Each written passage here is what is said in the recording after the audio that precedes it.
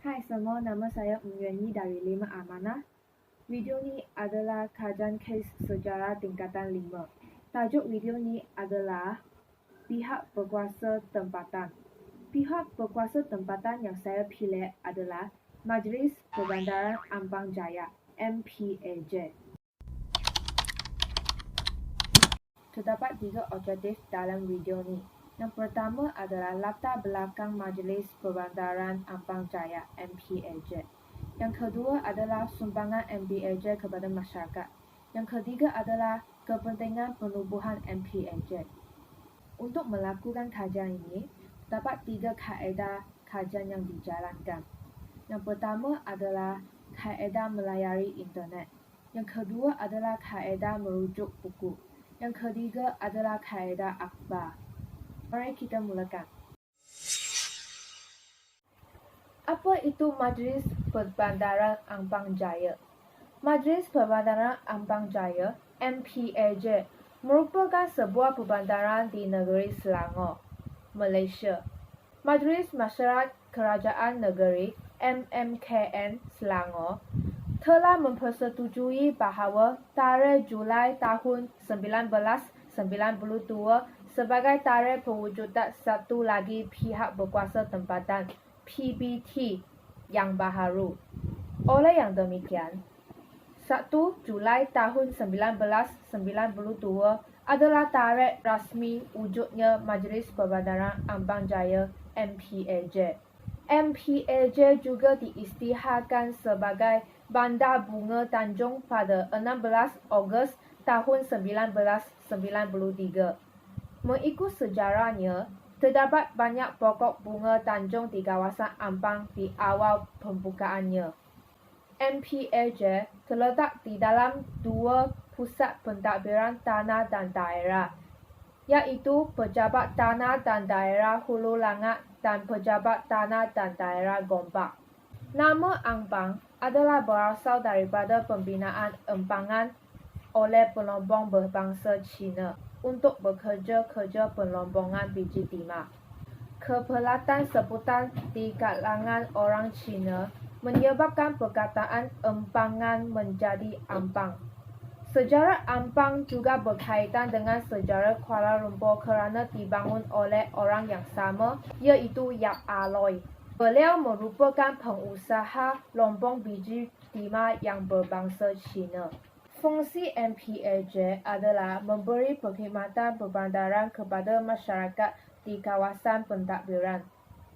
MPAJ merangkumi perkara-perkara seperti kawalan pembangunan, kawalan perniagaan, pengurusan cukai tafsiran, penyediaan dan penyelenggaraan infrastruktur serta kemudahan awam, pengurusan sisa peberjau dan pembersihan kawasan, serta program kemasyarakatan. Apakah sumbangan Majlis Perbandaran MPAJ kepada masyarakat?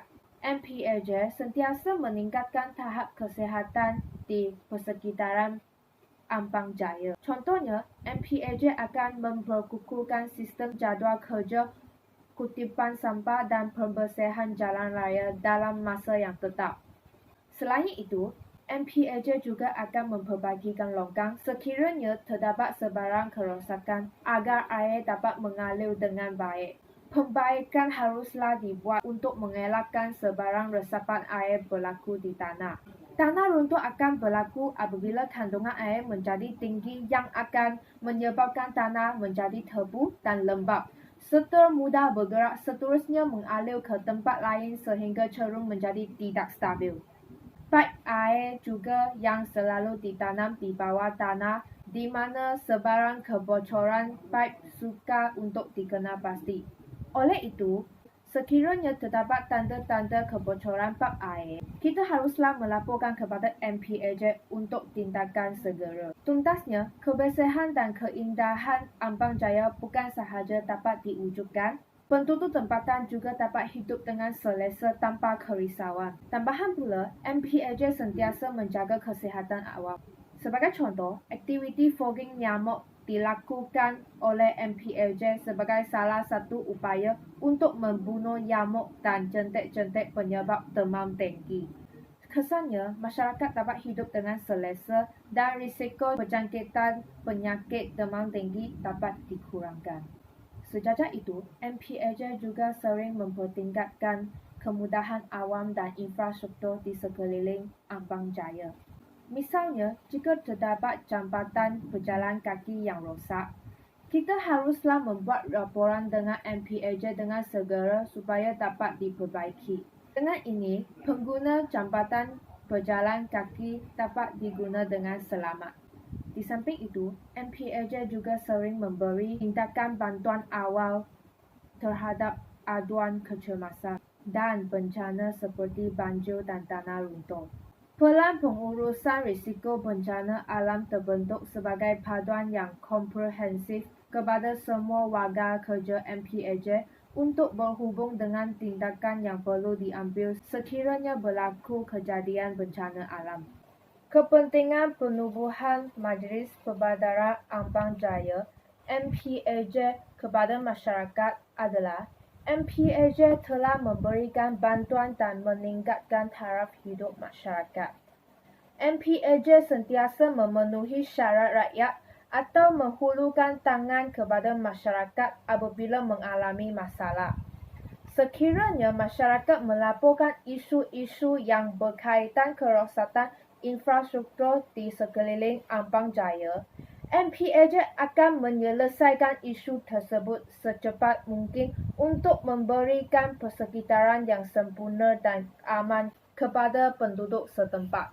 MPAJ yang sebagai kerajaan tempatan akan lebih memahami hati rakyat dan menjadikan kayu pengukur terhadap kecekapan dan keberkesanan penyampaian perkhidmatan kerajaan. Nilai yang boleh dikaitkan dengan masyarakat melalui hubungan dua hala tersebut ialah nilai bertanggungjawab.